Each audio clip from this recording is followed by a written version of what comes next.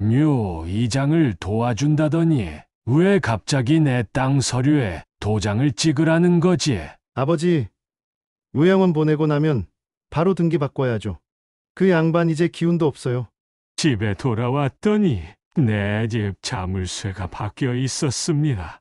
오늘도 마음 깊은 곳을 울리는 이야기를 준비했습니다. 이런 감동적인 이야기가 더 많은 분들께 전해질 수 있도록 구독과 좋아요 부탁드려요. 새벽 5시 이도영은 어김없이 눈을 떴습니다. 75세의 몸은 예전 같지 않았지만 20년 넘게 몸에 밴 습관은 쉽게 바뀌지 않았어요. 옆자리를 보니 여전히 비어 있었습니다. 아내 순자가 떠난 지 벌써 10년이 지났는데도 말이죠. 오늘도 또 혼자구나. 도영은 작은 한숨을 내쉬며 일어났습니다. 무릎이 욱신거렸지만 참고 일어나 부엌으로 향했어요. 냉장고를 열어보니 김치와 반찬 몇 개가 전부였습니다. 큰 며느리가 일주일에 한 번씩 가져다 주는 반찬들이었어요. 이것도 고마운 일이지. 혼잣말을 하며 밥을 지었습니다. 예전에는 아내가 늘 먼저 일어나서 따뜻한 밥과 국물을 준비해 두곤 했는데 이제는 모든 게 도영의 몫이었어요. 밥이 되는 동안 세수를 하고 옷을 갈아입었습니다. 거울 속 자신의 모습이 많이 늙어 보였어요. 흰머리가 성성해지고 주름도 깊어졌습니다. 밥을 먹고 나서 도영은 작은 물통과 수건을 챙겼습니다. 아내의 묘소에 갈 시간이었어요. 집에서 걸어서 10분 거리에 있는 선산, 그곳에는 아내 순자와 조상들의 묘가 나란히 자리하고 있었습니다. 여보, 나 또 왔어. 묘비 앞에 앉아 물을 붓고 잡초를 뽑았습니다. 매일 이 시간이 도영에게는 가장 소중했어요. 아내와 대화할 수 있는 유일한 시간이었거든요. 우리 애들 요즘 바빠서 안 와. 준호는 서울에서 사업한다고 정신없고 정윤이는 아이들 키운다고 바쁘고 병철이는 뭐 하는지도 모르겠어. 바람이 불어와 나뭇잎이 바스락거렸습니다. 도영은 그 소리가 아내의 대답인 것처럼 느껴졌어요. 그래도 건강하게 잘 살고 있으니까 걱정 마라.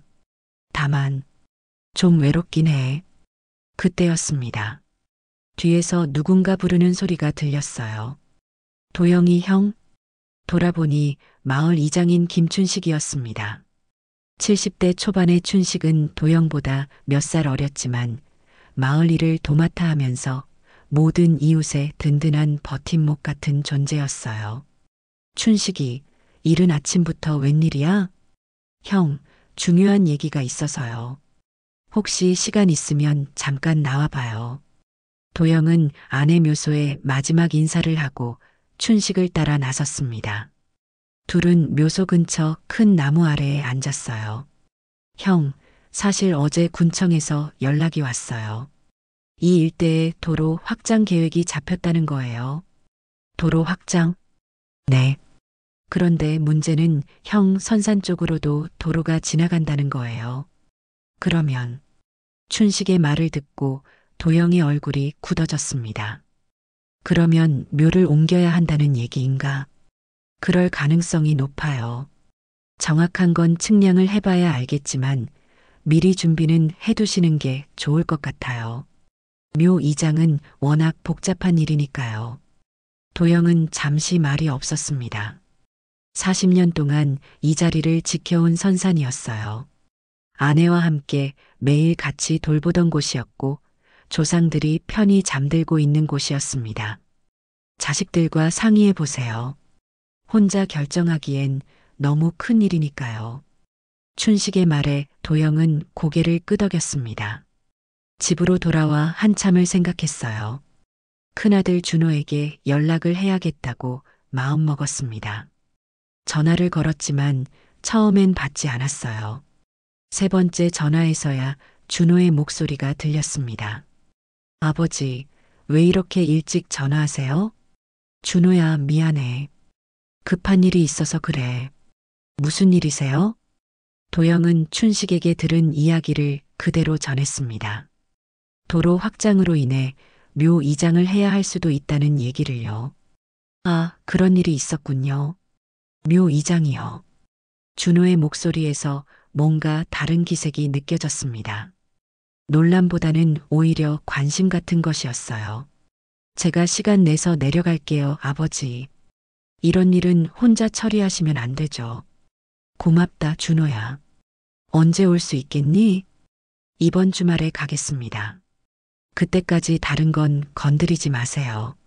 전화를 끊고 나서 도영은 뭔가 이상한 기분이 들었습니다. 준호의 반응이 예상과 달랐어요.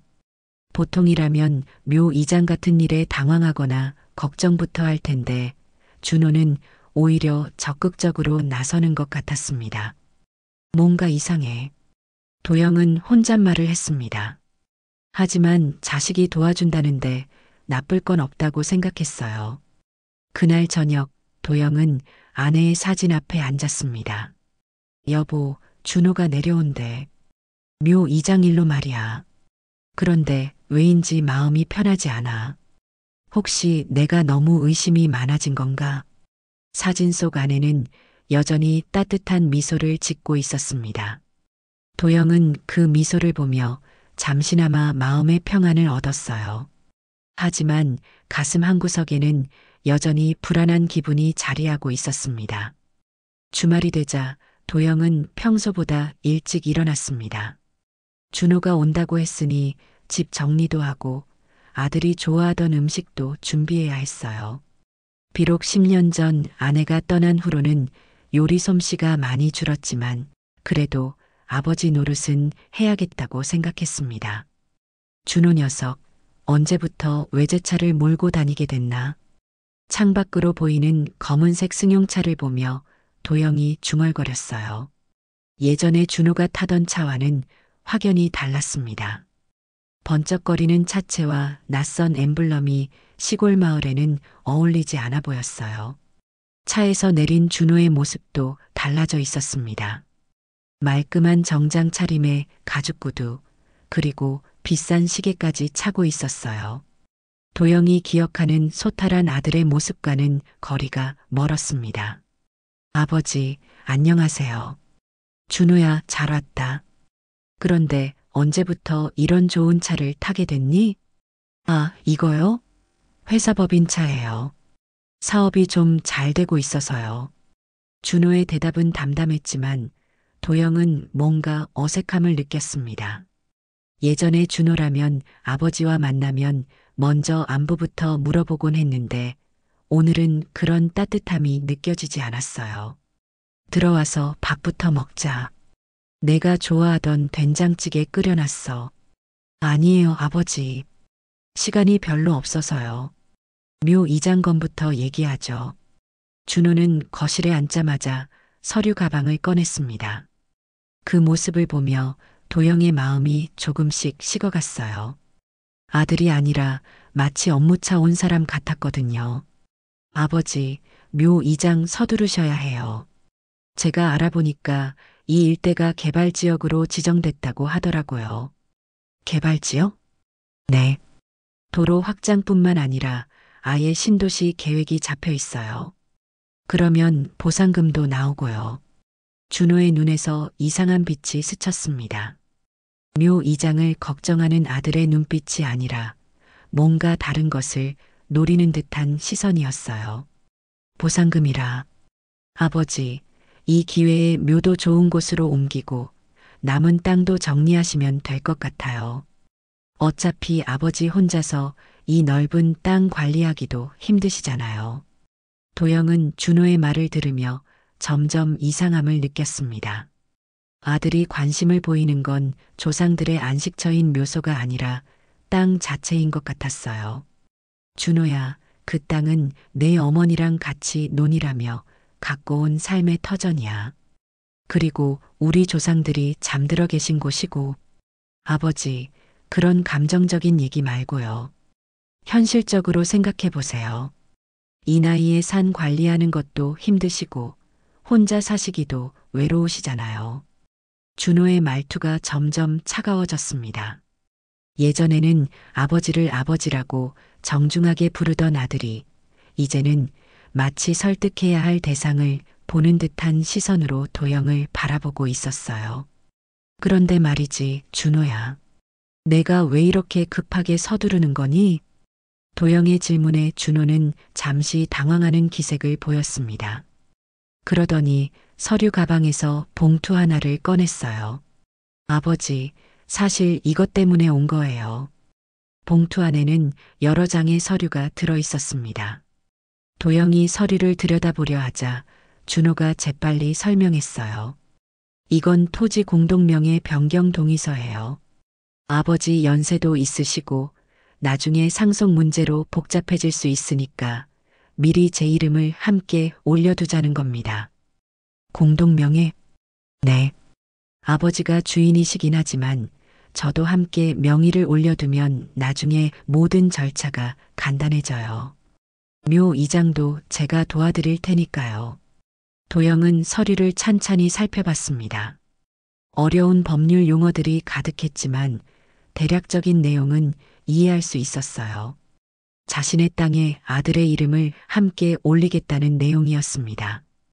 준호야, 왜 갑자기 이런 얘기를 하는 거니? 난 아직 건강하고 아직 재산을 넘겨줄 생각도 없어. 아버지, 그런 게 아니라요. 그냥 미리 준비해 두는 거예요. 요즘 부동산 관련 법이 자주 바뀌잖아요. 준호의 설명은 그럴듯했지만 도영의 마음은 편치 않았습니다. 아들이 묘 이장을 도와준다고 했지만 정작 관심 있는 건 땅인 것 같았어요. 그리고 아버지, 솔직히 말씀드리면 묘 이장도 제가 다 처리해 드릴 거잖아요. 비용도 제가 대고 절차도 제가 밟고요. 그런데 나중에 또 다른 형제들이 뭐라고 하면 복잡해질 수 있잖아요. 미리 정리해 두는 게 모두에게 좋을 것 같아서요. 도영은 아들의 말에서 따뜻함 대신 계산을 느꼈습니다. 묘 이장을 빌미로 땅을 노리는 것 같다는 생각이 들었어요. 그 순간 차 안에서 기다리고 있던 손자가 집 안으로 들어왔습니다. 할아버지, 안녕하세요. 민수야, 잘 왔다. 많이 컸네. 하지만 손자 민수는 인사만 대충 하고는 곧바로 핸드폰을 꺼내 게임에 빠져들었습니다. 할아버지와 대화할 생각은 전혀 없어 보였어요. 민수야, 핸드폰 좀 그만하고 할아버지랑 얘기 좀 해라. 준호가 한마디 했지만 민수는 대답도 하지 않았습니다. 그 모습을 보며 도영은 더욱 씁쓸해졌어요. 아버지, 어떻게 하실 거예요? 서류에 도장만 찍어주시면 되는데요. 준호가 다시 서류를 내밀었습니다. 도영은 그 서류를 바라보며 깊은 생각에 빠졌어요. 아들이 정말 자신을 위해서 하는 일인지 아니면 다른 목적이 있는 건지 알 수 없었습니다. 준호야, 이 일은 좀 더 생각해보자. 너무 급하게 할 일이 아닌 것 같아서. 아버지, 시간이 별로 없어요. 개발 계획이 확정되면 절차가 더 복잡해질 거예요. 준호의 목소리에 초조함이 섞여 있었습니다. 그 모습을 보며 도영은 확신했어요. 아들에게는 분명 다른 속셈이 있다는 것을 말이죠. 아버지, 정말 시간이 없어요. 이번 기회를 놓치면 나중에 후회하실 거예요. 준호는 계속해서 도영을 설득했습니다. 하지만 도영의 마음은 이미 굳어 있었어요. 아들의 말투에서 진정성 대신 조급함만 느껴졌거든요. 준호야, 아버지가 그렇게 급하게 죽을 것 같니? 이런 중요한 일을 하루 이틀 만에 결정할 수는 없어. 그런 말씀 마세요, 아버지. 저는 아버지를 위해서 하는 말이에요. 준호의 목소리가 점점 높아졌습니다. 그런 아들의 모습을 보며 도영은 마음이 아팠어요. 언제부터 우리 사이가 이렇게 삭막해졌을까 하는 생각이 들었거든요. 그래, 내가 나를 위한다는 건 알겠어. 하지만 이 땅은 그냥 땅이 아니야. 내 할아버지, 증조할아버지부터 이어져 온 우리 집안의 뿌리야. 도영은 창밖을 바라보며 말했습니다. 저 멀리 보이는 산자락에는 대대로 이어져 온 조상들의 묘가 자리하고 있었어요. 그곳은 단순한 부동산이 아니라 가족의 역사가 담긴 성역이었습니다. 아버지, 그런 감정론으로는 세상 살기 힘들어요. 현실을 보세요. 이 동네에 개발 바람이 불면 땅값이 몇 배로 뛸 거예요. 땅값이 오르는 게 그렇게 중요하니? 당연하죠. 아버지도 나이 드시면 병원비, 요양비 다 필요한데 그때 가서 후회하면 늦어요. 준호의 말에는 아버지를 걱정하는 마음보다는 돈에 대한 욕심이 더 크게 느껴졌습니다. 도영은 그런 아들이 안타까웠어요. 준호야, 내가 언제부터 이렇게 돈만 밝히는 사람이 됐니? 아버지, 돈이 전부는 아니지만 없으면 안 되는 거잖아요. 현실적으로 생각해 보세요. 그때 핸드폰만 보고 있던 손자 민수가 갑자기 입을 열었습니다. 할아버지, 그냥 아빠 말 들으세요. 요즘 부동산 대박 나는 거 몰라요? 민수의 말을 듣고 도영은 더욱 당황했습니다. 고등학생인 손자까지 돈 이야기만 하고 있었거든요. 민수야, 내가 무슨 부동산을 알아? 할아버지, 저희 친구들도 다 알아요. 요즘 땅 가진 사람들 엄청 부자 되고 있다고요. 도영은 한숨을 내쉬었습니다. 아들과 손자가 모두 같은 생각을 하고 있다는 게 슬펐어요. 그럼 이렇게 하자, 준호야. 내 동생들하고도 상의해보고 결정하자. 아버지, 굳이 그럴 필요 있어요? 제가 장남이니까 제가 처리하면 되죠. 준호의 말에서 도영은 또 다른 문제를 발견했습니다. 아들이 다른 형제들을 배제하려고 한다는 것이었어요. 아니야, 이건 우리 집안 전체의 문제야. 정윤이하고 병철이한테도 알려야지. 아버지, 그러면 일만 복잡해져요. 여자는 시집간 몸이고 병철이는 아직 어리고. 뭐라고? 정윤이가 여자라서 상관없다는 거야? 도영의 목소리가 커졌습니다. 아들의 말이 점점 이해할 수 없는 방향으로 흘러가고 있었어요. 그런 뜻이 아니라 실질적으로 관리할 사람이 필요하다는 거죠. 관리는 아직 내가 하고 있어. 아버지, 솔직히 말씀드릴게요. 아버지 혼자서 이 넓은 땅 제대로 관리할 수 있어요? 벌써 여기저기 풀도 무성하고 묘소 주변도 정리가 안 되어 있잖아요. 준호의 말에 도영은 상처를 받았습니다. 비록 나이가 들어 예전만 못하긴 했지만 나름대로 최선을 다해 관리하고 있었거든요. 그래, 내가 늙어서 예전만 못하지. 하지만 아직은 할 수 있어. 아버지, 고집 부리지 마세요. 제가 도와드리겠다는데 왜 그러세요? 준호가 다시 서류를 내밀었습니다. 이번에는 볼펜까지 함께 건네주면서 말이죠. 여기 도장만 찍어주시면 모든 게 해결돼요. 묘 이장도 제가 알아서 할 테니까요. 도영은 그 서류를 바라보며 복잡한 심정이었습니다. 한편으로는 아들이 도와준다는데 고마운 마음도 있었지만 다른 한편으로는 뭔가 속임수를 당하는 것 같은 기분이 들었어요. 준호야, 정말 마지막으로 묻겠어. 이 일이 정말 아버지를 위한 거니? 당연하죠, 아버지. 제가 왜 거짓말을 하겠어요? 하지만 준호의 눈은 도영을 똑바로 보지 못했습니다. 그 모습을 보며 도영은 확신했어요. 아들에게는 분명 다른 목적이 있다는 것을 말이죠. 그럼 왜 이렇게 급하게 서두르는 거야? 진짜 나를 위한 거라면 충분히 시간을 갖고 상의할 수도 있는 거 아니야? 아버지, 기회라는 게 있어요. 지금 놓치면 나중에 후회해요. 준호는 계속해서 같은 말만 반복했습니다. 기회, 현실, 미래. 하지만 정작 가족에 대한 이야기, 조상에 대한 존중, 아버지에 대한 진정한 걱정은 없었어요. 알겠어, 준호야. 하지만 오늘은 결정할 수 없어. 시간을 좀 줘. 아버지. 준호가 급하게 말하려 했지만 도영은 손을 들어 제지했습니다. 아들아, 75년을 살아온 아버지한테 하루 이틀 시간도 안 줄 거니? 준호는 더 이상 말할 수 없었습니다. 도영의 단호한 목소리에는 오랜 세월 가장으로 살아온 권위가 묻어 있었거든요. 그럼 빨리 결정해 주세요. 정말 시간이 없어요. 준호는 서류를 다시 가방에 넣으며 말했습니다. 그리고는 민수를 데리고 서둘러 집을 나섰어요. 할아버지, 빨리 결정하세요. 요즘 세상이 어떤 세상인지 몰라요? 민수가 마지막으로 한마디 하고는 아버지를 따라 나갔습니다. 차가 떠나간 후 도영은 혼자 거실에 앉아 생각에 잠겼습니다. 오늘 본 아들과 손자의 모습이 너무 낯설었어요. 언제부터 이렇게 변한 걸까요? 여보, 우리가 아이들을 잘못 키운 건가? 도영은 아내의 사진을 바라보며 중얼거렸습니다. 사진 속 아내는 여전히 따뜻한 미소를 짓고 있었지만 대답해 줄 수는 없었어요.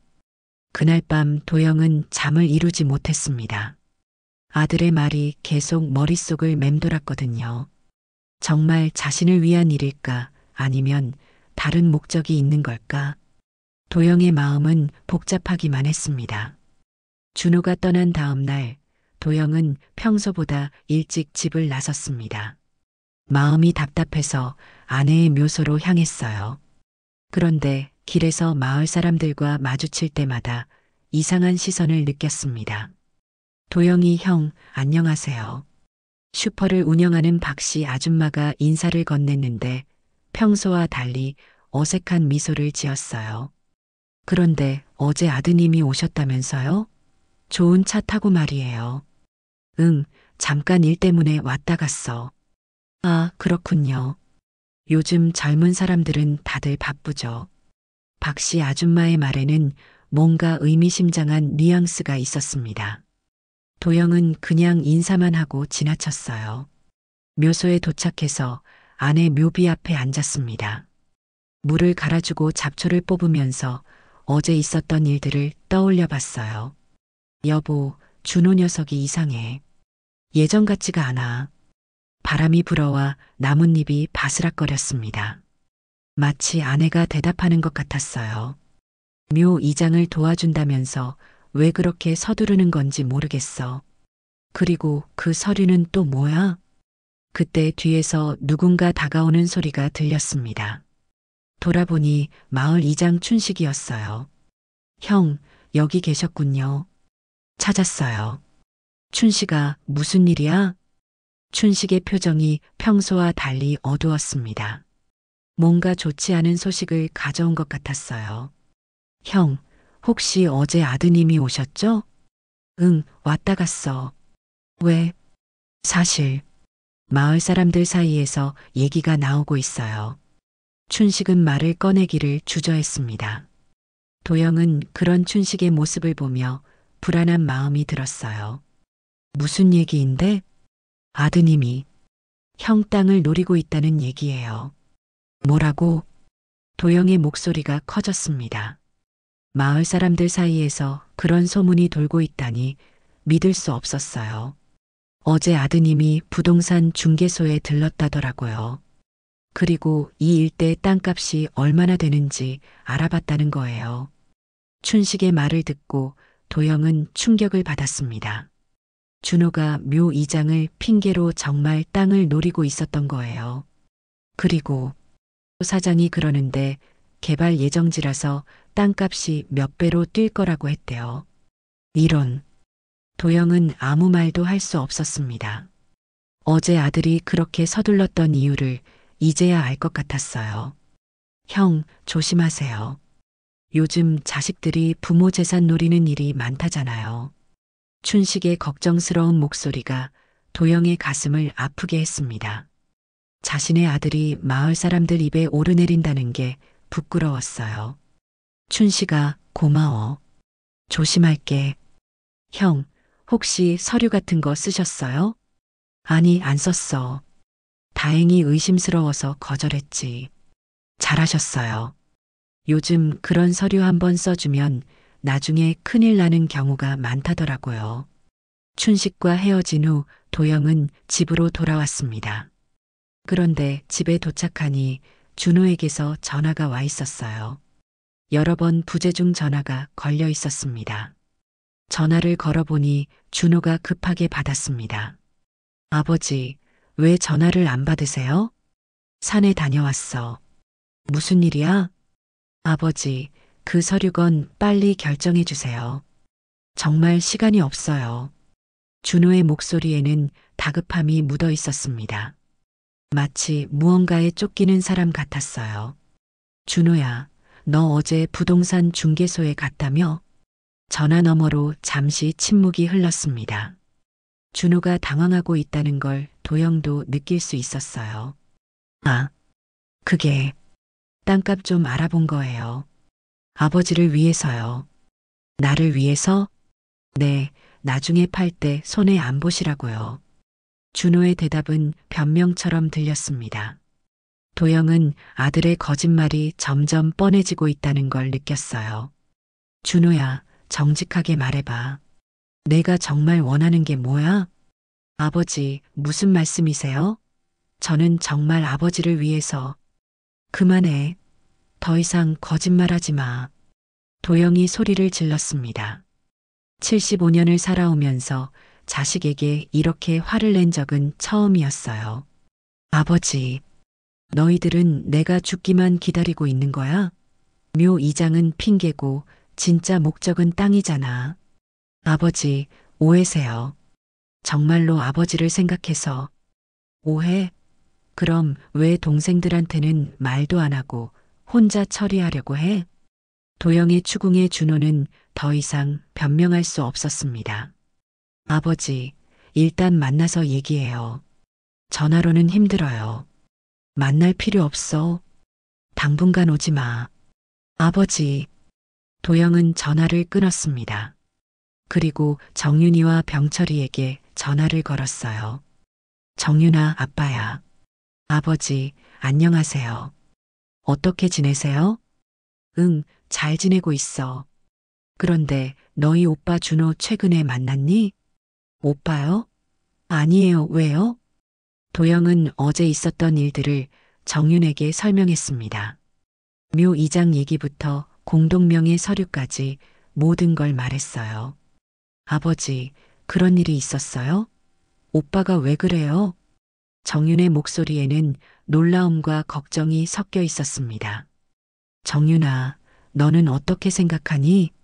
아버지, 섣불리 서류에 도장 찍으시면 안 돼요. 요즘 그런 사기 많다고 하던데요. 정윤의 말을 듣고 도영은 조금 안심이 되었습니다.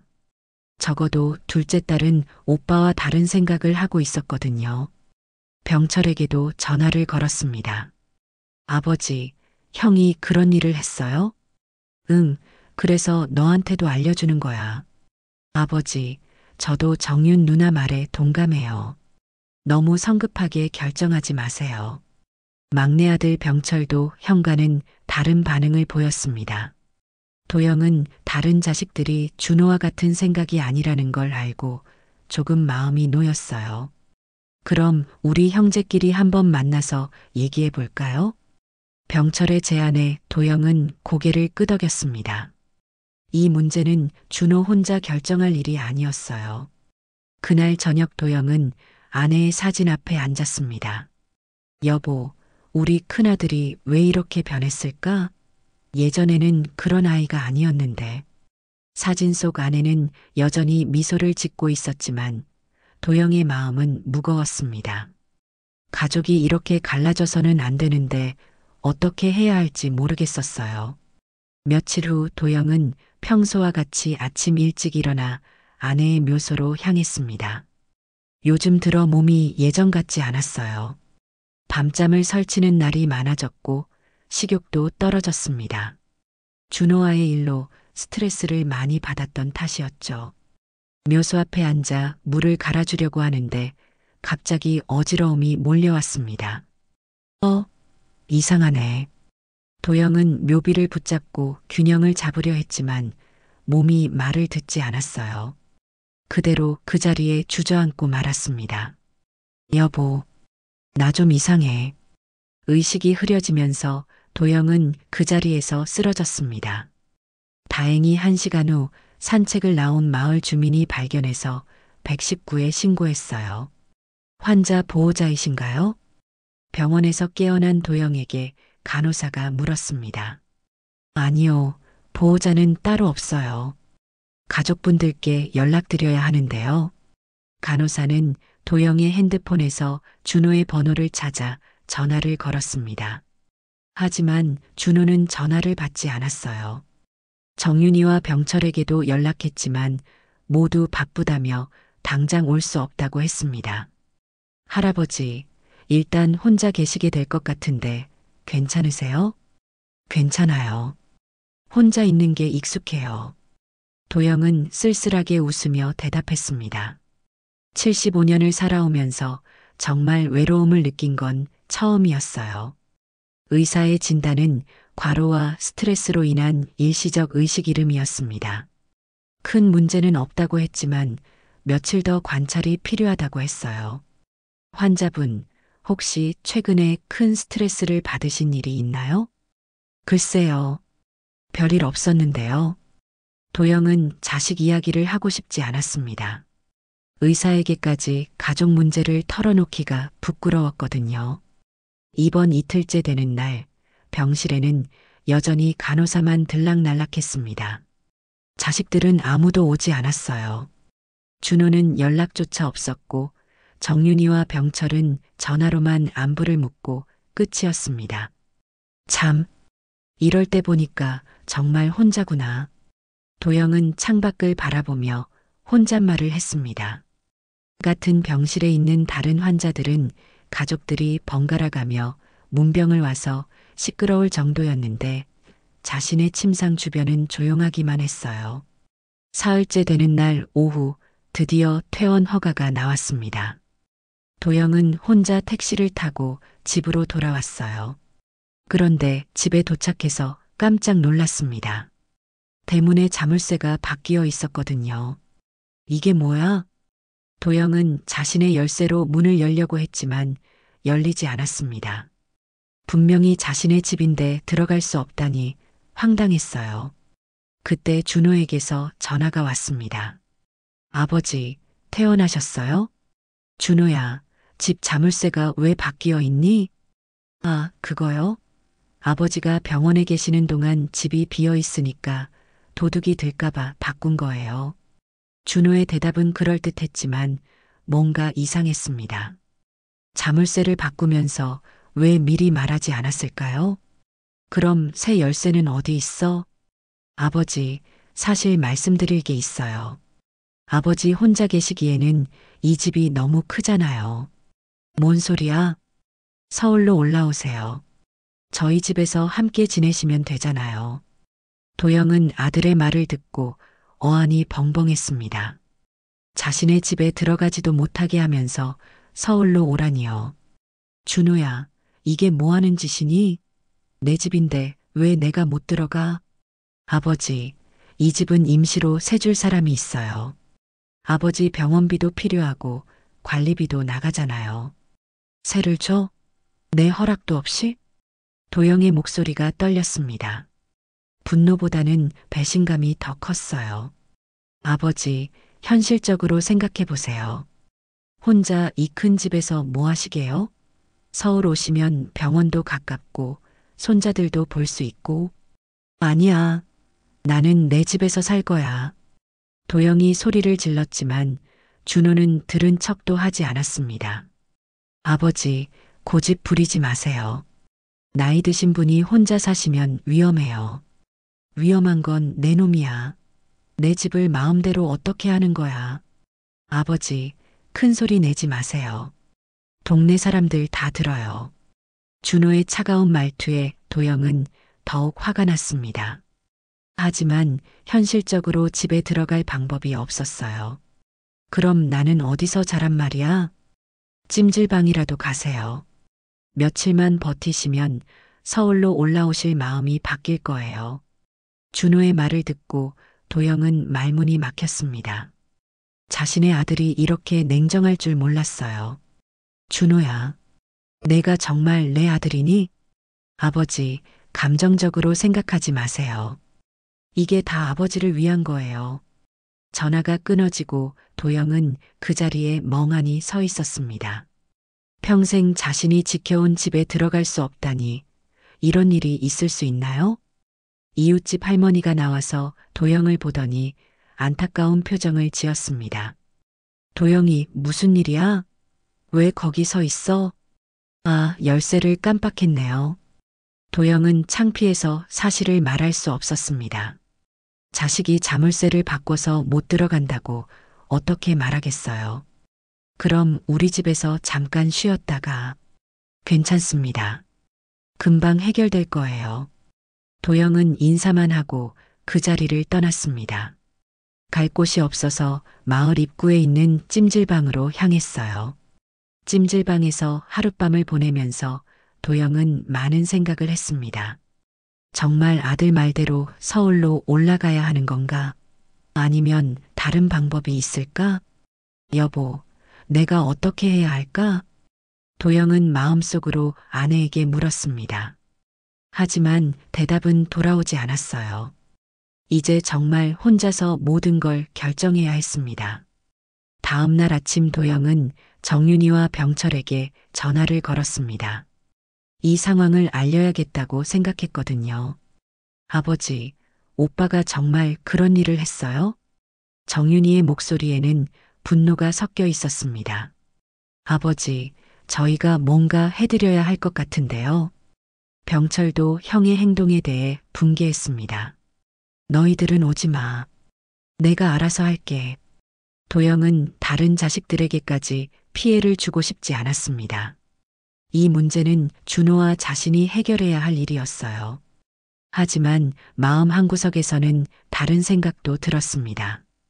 이대로 당하고만 있을 수는 없다는 생각 말이죠.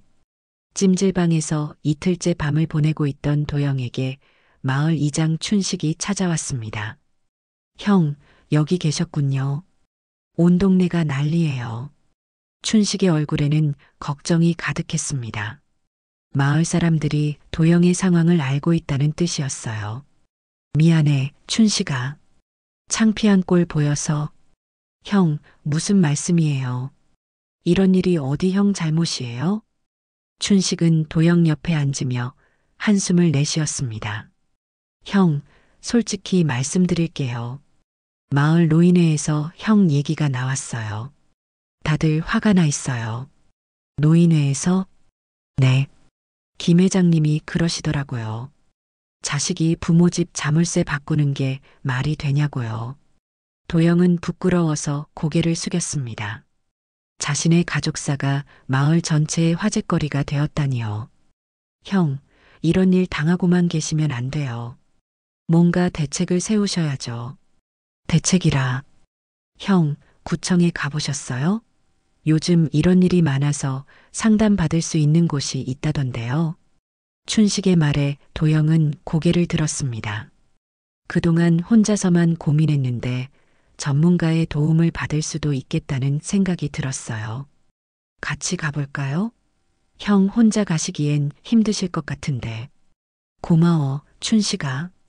다음 날 오전 도영은 춘식과 함께 구청으로 향했습니다.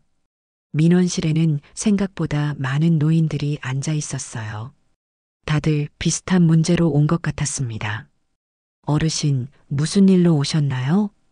젊은 공무원이 친절하게 물었습니다. 자식이 제 집 자물쇠를 바꿔서 들어갈 수가 없어요. 도영이 말하자 공무원의 표정이 진지해졌습니다. 아, 그런 일이 있으셨군요. 요즘 그런 분들이 많이 오세요. 많이 온다고요? 네, 자녀분들이 부모님 재산을 노리고 이런 식으로 하는 경우가 늘고 있어요. 공무원은 도영에게 자세한 상황을 물어봤습니다. 땅 소유권이 누구 명의인지, 집은 어떻게 되어 있는지, 자식이 요구한 서류는 무엇인지 등등 말이죠. 어르신, 다행히 아직 서류에 도장을 안 찍으셨네요. 만약 찍으셨다면 정말 큰일 날 뻔했어요. 그래요? 네. 공동 명의로 바뀌면 나중에 되돌리기가 매우 어려워요. 그리고 집 자물쇠 바꾸는 것도 불법이에요. 공무원의 말을 듣고 도영은 조금 안심이 되었습니다. 자신이 잘못한 게 아니라는 걸 확인했거든요. 어르신, 혹시 증거 자료가 있으세요? 통화 녹음이나 문자 같은 거요. 증거 자료요? 네. 나중에 법적 대응을 하실 때 필요해요. 도영은 그동안 준호와 나눈 대화들을 떠올려 봤습니다. 대부분 전화로 했던 얘기들이라 증거가 별로 없었어요. 어르신, 집에 가서 서류들을 정리해 보세요. 땅 등기부등본, 묘소 관리 기록, 그런 것들 말이에요. 묘소 관리 기록이요? 네. 어르신이 오랫동안 그 땅을 관리해 왔다는 증거가 되거든요. 공무원의 조언을 듣고 도영은 희망을 가졌습니다. 무작정 당하고만 있을 필요가 없다는 걸 알았거든요. 구청을 나온 후 춘식과 함께 마을 회관으로 갔습니다. 노인의 모임이 있는 날이었어요. 도영이 형? 회관에 들어서자 노인의 회장 김진수가 반갑게 맞아줬습니다. 형, 고생 많으셨어요. 우리가 다 들었어요. 미안합니다, 회장님. 시끄럽게 해서. 무슨 시끄럽다는 말씀이에요. 이런 일은 우리 모두의 문제예요. 회관에 모인 노인들은 모두 도영을 걱정하는 표정이었습니다. 그동안 함께 지내온 동네 어른들의 따뜻한 마음이 느껴졌어요. 도영이 형, 그 땅이 원래 형 장인어른한테서 물려받은 거 맞죠? 네, 맞습니다.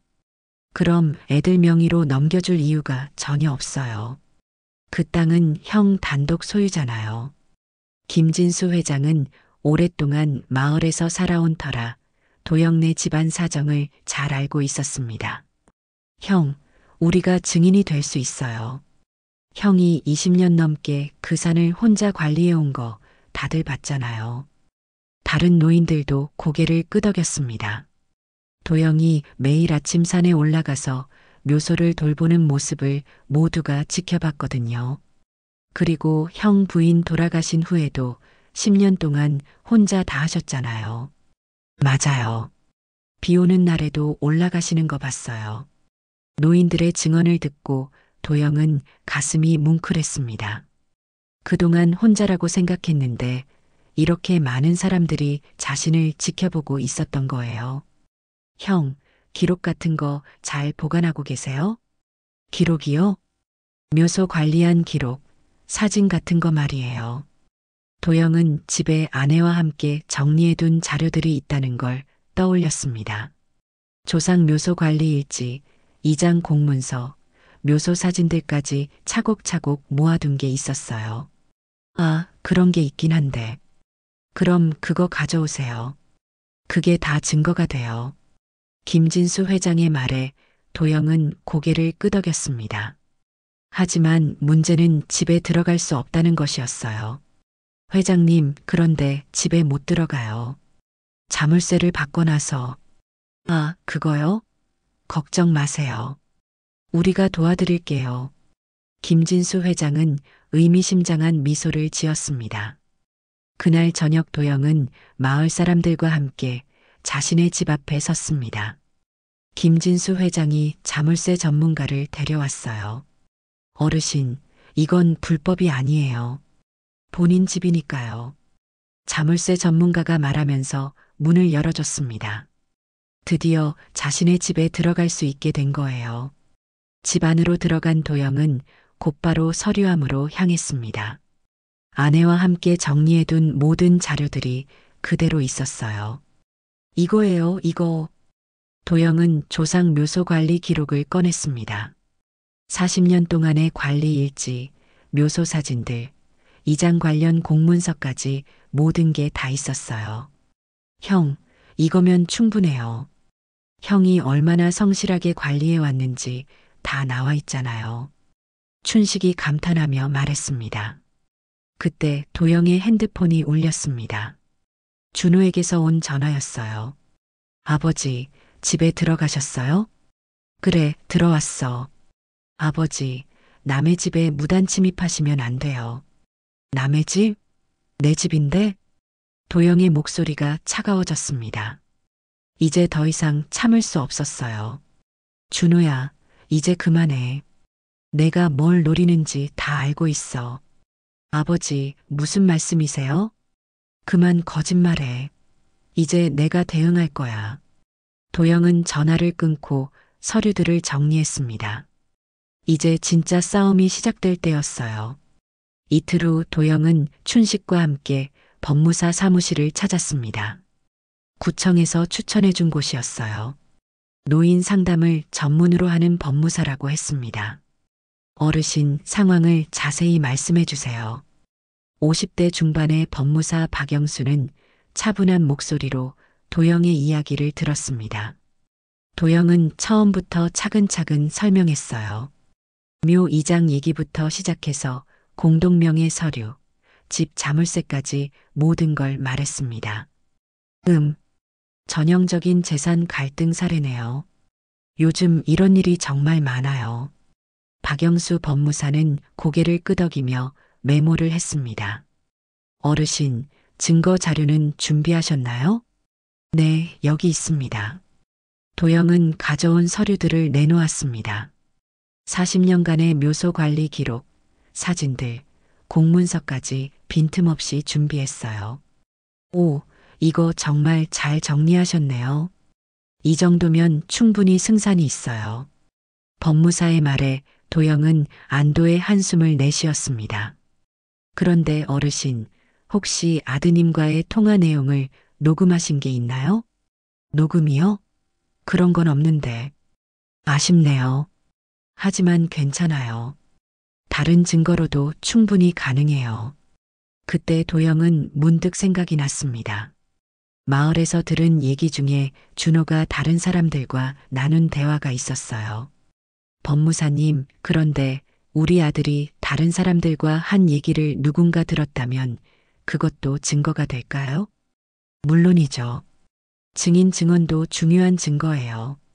도영은 마을 사람들이 들었다던 준호의 말들을 떠올려 봤습니다. 부동산 중개소에서 한 얘기, 전화 통화 내용들 말이죠. 그날 오후 도영은 마을로 돌아와서 친구 최갑수를 만났습니다. 갑수는 부동산 중개소 근처에서 가게를 하고 있었어요. 갑수야, 며칠 전에 우리 준호가 부동산 중개소에 갔다고 했지? 응, 맞아. 내가 직접 봤어. 혹시 뭐라고 하는지 들었니? 갑수는 잠시 주변을 둘러보더니 목소리를 낮췄습니다. 사실 말이야, 그날 우연히 들었는데 준호가 전화통화를 하는 걸 봤어. 전화통화? 응. 누군가한테 요양원 보내고 나면 바로 등기 바꿔야죠. 그 양반 이제 기운도 없어요라고 하더라고. 도영은 갑수의 말을 듣고 온몸에 소름이 돋았습니다. 아들이 자신을 요양원에 보낼 계획까지 세우고 있었던 거예요. 정말이야? 정말이야. 내가 거짓말할 이유가 있어? 그때 너무 충격적이어서 기억이 생생해. 도영은 급히 법무사에게 전화를 걸었습니다. 법무사님, 증인이 생겼어요. 그날 저녁 도영은 갑수와 함께 다시 법무사 사무실을 찾았습니다. 갑수가 들은 대화 내용을 진술서로 작성했어요. 이거면 정말 결정적인 증거가 되겠네요. 아드님의 진짜 의도가 명확히 드러나잖아요. 박영수 법무사는 만족스러운 표정을 지었습니다. 어르신, 이제 민사소송을 준비해 볼까요? 민사소송이요? 네. 부동산 사기 미수와 부양 의무 위반, 그리고 정신적 피해에 대한 손해배상을 청구하는 거예요. 도영은 잠시 망설였습니다. 아무리 그래도 자식을 법정에 세우는 게 맞을까 하는 생각이 들었거든요. 어르신, 이런 일은 단호하게 대처하셔야 해요. 그래야 다른 자녀분들도 안전하고 어르신도 보호받을 수 있어요. 법무사의 말에 도영은 고개를 끄덕였습니다. 이제 더 이상 물러설 수 없었어요. 일주일 후 소장이 접수되었습니다. 부동산 사기 미수 및 부양 의무 위반에 따른 손해배상 청구 소송이었어요. 준호에게 법원 출석 통지서가 나간 다음 날 도영에게 전화가 왔습니다. 아버지, 이게 뭐예요? 법원에서 통지서가 왔는데? 준호의 목소리는 당황과 분노가 섞여 있었습니다. 그래, 내가 소송을 걸었어. 아버지, 정말 미치신 거예요? 자식을 고소한다고요? 미친 건 너야. 아버지를 요양원에 보내고 땅을 가로채려 했잖아. 아버지, 그런 게 아니라. 그만해. 이제 법정에서 얘기하자. 도영은 전화를 끊었습니다. 더 이상 준호의 변명을 듣고 싶지 않았어요. 그날 오후 정윤이와 병철에게도 연락이 왔습니다. 아버지, 형을 고소하셨다고요? 정윤이의 목소리에는 놀라움이 가득했습니다. 응, 더 이상 참을 수 없었어. 아버지, 형이 정말 그런 짓을 했어요? 도영은 갑수가 들은 통화 내용까지 모두 말해줬습니다. 요양원 얘기를 듣고 정윤이는 말문이 막혔어요. 형이 미쳤나 봐요. 어떻게 그런 생각을 할 수 있어요? 병철도 마찬가지였습니다. 아버지, 저희도 증인으로 서겠어요. 형이 저희한테도 이상한 얘기 했거든요. 무슨 얘기? 형이 아버지 재산을 미리 정리해야 한다고, 나중에 복잡해진다고 했어요. 도영은 준호가 다른 형제들에게도 같은 식으로 접근했다는 걸 알았습니다. 너희들도 조심해라. 형이 무슨 짓을 할지 모르겠어. 그 주말 준호가 다른 형제들과 함께 마을에 내려왔습니다. 하지만 정윤이와 병철은 형편을 들지 않았어요. 형, 아버지한테 사과해요. 정윤아, 너까지 왜 그래? 나는 정말 아버지를 위해서. 형, 그만해요. 우리 다 들었어요. 요양원 보낸다고 한 거. 정윤이의 말에 준호는 당황했습니다. 그건 잠깐 화가 나서 한 말이고. 형, 변명하지 마세요. 이미 늦었어요. 병철도 형을 차갑게 바라봤습니다. 준호는 형제들마저 등을 돌리자 당황했습니다. 자신이 혼자가 되었다는 걸 깨달았거든요. 아버지, 정말 법정까지 가실 거예요? 준호가 마지막으로 도영에게 물었습니다. 그래, 내가 먼저 시작한 일이니까 끝까지 가보자. 도영의 목소리는 단호했습니다. 이제 돌이킬 수 없는 강을 건넌 것 같았어요. 그날 밤 도영은 아내의 사진 앞에 앉았습니다. 여보, 내가 너무 심한 건가? 하지만 이대로 당하고만 있을 수는 없잖아.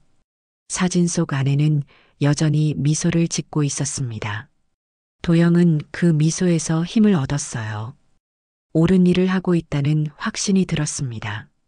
한 달 후 드디어 법원 판결일이 다가왔습니다. 도영은 평소보다 일찍 일어나 정장을 차려입었어요. 75년을 살아오면서 법정에 서는 건 처음이었습니다. 여보, 오늘 판결 나와. 내가 옳은 일을 하고 있는 거 맞지? 아내의 사진 앞에서 마지막 인사를 했습니다. 사진 속 아내의 미소가 그에게 용기를 주는 것 같았어요. 법원 앞에는 춘식과 갑수 그리고 마을 노인의 사람들이 나와 있었습니다. 도영을 응원하러 온 거였어요. 형, 걱정 마세요. 정의는 이길 거예요. 김진수 회장이 도영의 어깨를 두드리며 격려했습니다. 고맙습니다, 회장님. 여러분이 있어서 힘이 나요. 법정 안으로 들어가니 준호가 이미 앉아 있었습니다. 변호사와 함께 온 모양이었어요. 도영을 보자 준호는 고개를 숙였습니다. 모두 기립하십시오. 판사가 입장하고 재판이 시작되었습니다. 도영의 심장이 빠르게 뛰었어요. 원고 측에서 주장하는 바를 요약하면 피고가 묘 2장을 빌미로 원고의 재산을 갈취하려 했고 실제로 원고의 주거권을 침해했다는 것입니다. 판사가 사건을 정리하며 말했습니다. 피고 측에서는 이에 대해 어떻게 생각하십니까? 준호의 변호사가 일어났습니다. 재판장님, 저희는 단순히 고령의 아버지를 걱정해서 한 일이라고 주장합니다. 악의는 전혀 없었습니다. 하지만 판사는 냉정했습니다. 증인 최갑수 씨의 증언에 따르면 피고가 요양원 보내고 나면 바로 등기 바꿔야 한다고 말했다고 되어 있는데 이에 대해서는 어떻게 설명하시겠습니까? 준호의 변호사는 당황했습니다. 그 증언을 반박할 방법이 없었거든요. 그건 일시적인 감정 표현이었을 뿐입니다. 감정 표현이라고 하기에는 너무 구체적이고 계획적인데요. 판사의 날카로운 지적에 준호는 더욱 고개를 숙였습니다. 그리고 원고가 제출한 40년간의 묘소 관리 기록을 보면 피고의 주장과는 달리 원고가 충분히 재산을 관리할 능력이 있다고 판단됩니다. 도영이 정성껏 보관해온 기록들이 결정적인 증거가 된 거였어요. 또한 피고가 원고의 동의 없이 주택의 자물쇠를 교체한 행위는 명백한 주거침입 및 재산권 침해에 해당합니다. 판사의 말이 이어질수록 준호의 얼굴은 창백해졌습니다. 이상으로 판결을 선고하겠습니다. 법정이 조용해졌습니다. 도영의 가슴이 쿵쾅거렸어요. 원고의 주장을 인정합니다.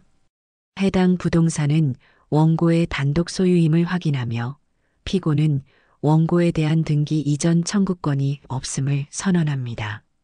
승소다. 뒤에서 춘식이 작은 소리로 외쳤습니다. 또한 피고는 원고에게 정신적 피해에 대한 위자료 500만 원을 지급하라고 명령합니다. 판결이 끝나고 법정을 나오자 마을 사람들이 박수를 쳤습니다. 형, 축하드려요. 정의가 이겼어요.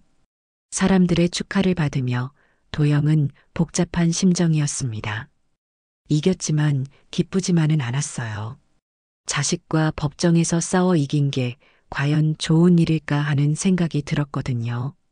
법원 계단 앞에서 준호가 도영을 기다리고 있었습니다. 아버지. 준호의 눈에는 눈물이 맺혀 있었습니다.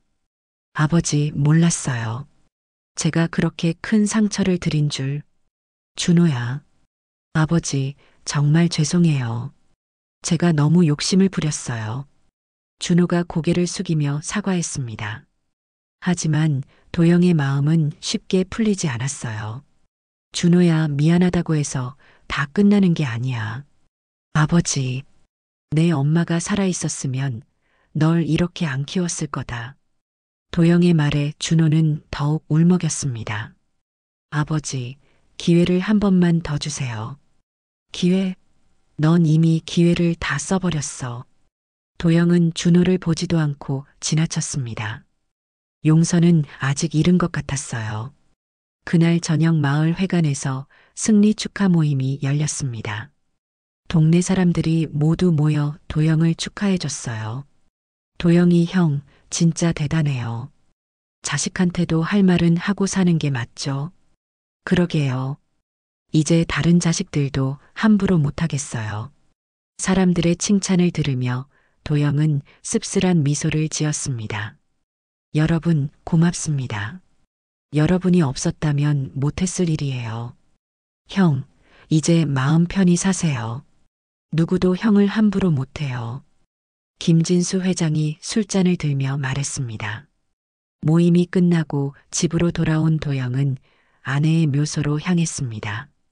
달빛 아래 조용한 묘소에서 혼자 앉아 생각에 잠겼어요. 여보, 땅은 지켰어. 아무도 우리 조상들의 안식처를 건드릴 수 없게 됐지. 바람이 불어와 나뭇잎이 바스락거렸습니다. 근데 마음은 덜컥 무너져 버렸어. 도영의 목소리가 떨렸습니다. 75년을 살아오면서 자식과 법정에서 싸울 줄 누가 알았겠어? 이기긴 했지만 이게 정말 이긴 걸까?